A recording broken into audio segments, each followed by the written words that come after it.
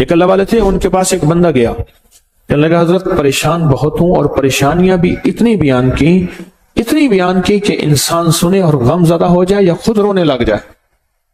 تو انہوں نے فرمایا اگر تیری پریشانی اتنی زیادہ ہے تو ایسا کر، 40 پردیسی مسافر جمع کر اور ان کو بٹھا کے دعا کرا، اور وہ گڑ گڑا کے دعا مانگے۔ جب گڑ گڑا کے دعا مانگے تو اللہ تیری پریشانی دور کر دے گا۔ 40 پردیسی مسافر جمع کر اور وہ گڑ گڑا کے دعا مانگے، لیکن ایک شرط ہے، شرط یہ ہے ہو مخلص، جو اللہ کے لیے ہوں، نہ مال نہ چیزیں نہ پیسے نہ جیب گرم، کچھ بھی نہیں، مخلص ہو۔ آپ 40 پردیسی مسافر اڈے سے اسٹیشن سے جمع کر لیں گے منت کر کے، لیکن کیسے یقین ہے کہ یہ مخلص ہیں یا نہیں ہیں؟ اور تسبیح خانے میں کون پردیسی ہاتھ کھڑا کرے؟ کئی 40 ہے تو کئی 40 ہے، یہ تو کئی 40 ہے۔ یہ لاہور والوں کے ہر ہفتے کے مفتے لگے ہوئے ہیں۔ یہ پردیسیوں کو دعا کریں، یہ پردیسیوں کو دعا کریں، یہ پردیسی آ کے مجھے بھی آپ کو بھی دعاؤں کی برکتیں، آمین کی برکتیں اور دعاؤں پہ قبولیت کی مہریں لگوا جاتے ہیں یہ پردیسی۔ میں 40 پردیسی جمع کر اور ہوں مخلص،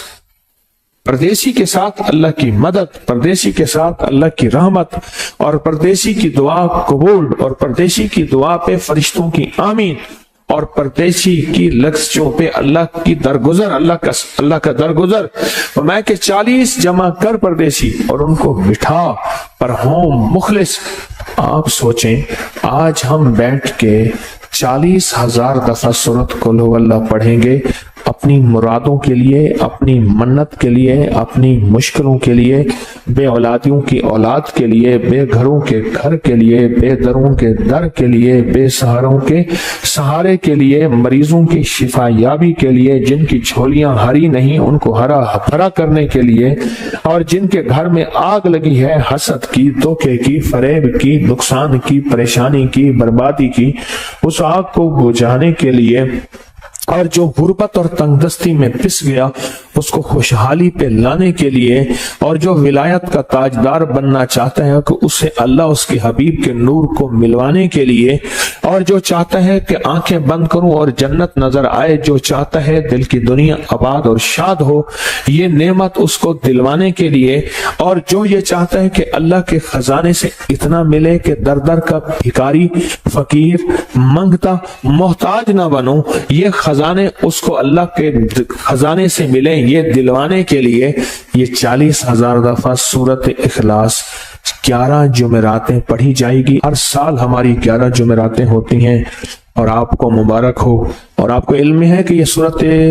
اخلاص کی جو جمعرات ہے اس میں ہم ابھی 40,000 مرتبہ بیٹھ کے سورۃ اخلاص پڑھیں گے، اور وہ 5-7 منٹ میں پڑھی جاتی ہے۔ اس کی وجہ یہ ہے بلکہ 40,000 دفعہ نہیں پڑھی جاتی، وہ لاکھوں دفعہ پڑھی جاتی ہے، لاکھوں سے بھی لاکھوں پڑھی۔ اس وقت یہ مجمع، خواتین کا مجمع، پوری دنیا ہمارے اس وقت آن لائن بیٹھی ہے، کہیں صبح دوپہر شام، پوری دنیا ہماری اس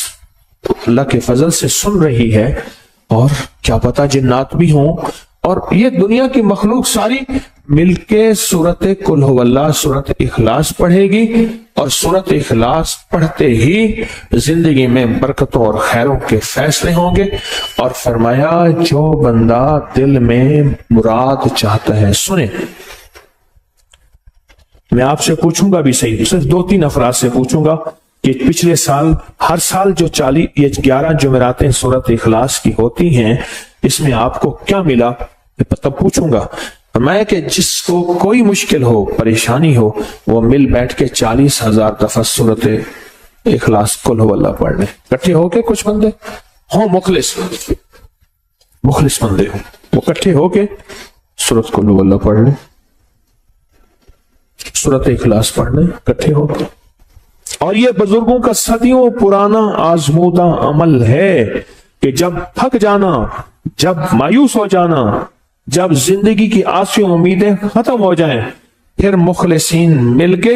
40,000 دفعہ سورت قل هو اللہ یعنی سورت اخلاص پڑھ لیں۔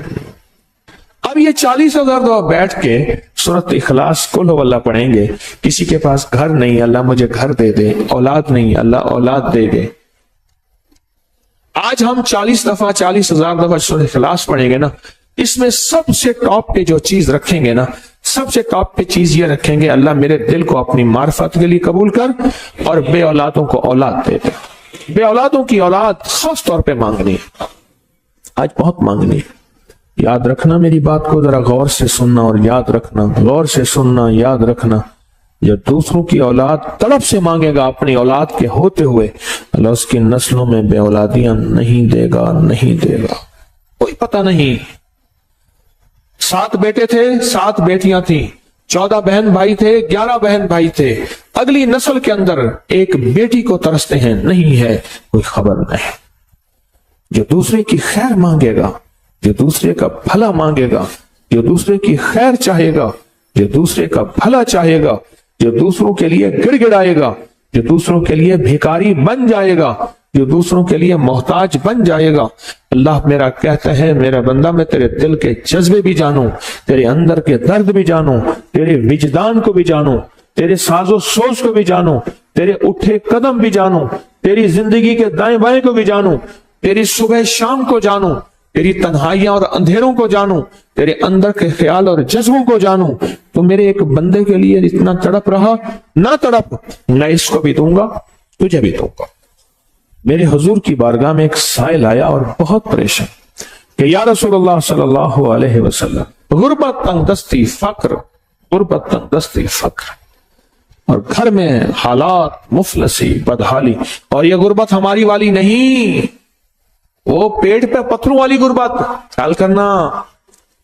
ہمارا جو آج کا کہتے ہیں نا میں غریب ہوں، اس کے گھر کے اسباب کو اگر فروخت کر دیں، گھر کے اسباب کو، اس غریب کے لیے وہ غریب آیا آقا کی بارگاہ میں، غربت اور تنگ دستی، اور میرے حضور نے فرمایا گھر میں جا، ایک دفعہ سلام کر، ایک دفعہ قل هو اللہ پڑھ، کام ہو گیا۔ ایک دفعہ سلام، ایک دفعہ سورت قل هو اللہ، اخلاص، بس۔ انہیں یقین تھا، یقین کی دنیا کو جانتے تھے، یقین کے نظام کو جانتے تھے، آقا کے فرمان بس چل پڑے اور چلتے گئے، اور یقین نے یہاں اور اتنا کر دیا، یقین نے کہ میرے حضور نے فرمایا بس حکم ہے، اور رب نے تونگری کے دروازے کھول دیے۔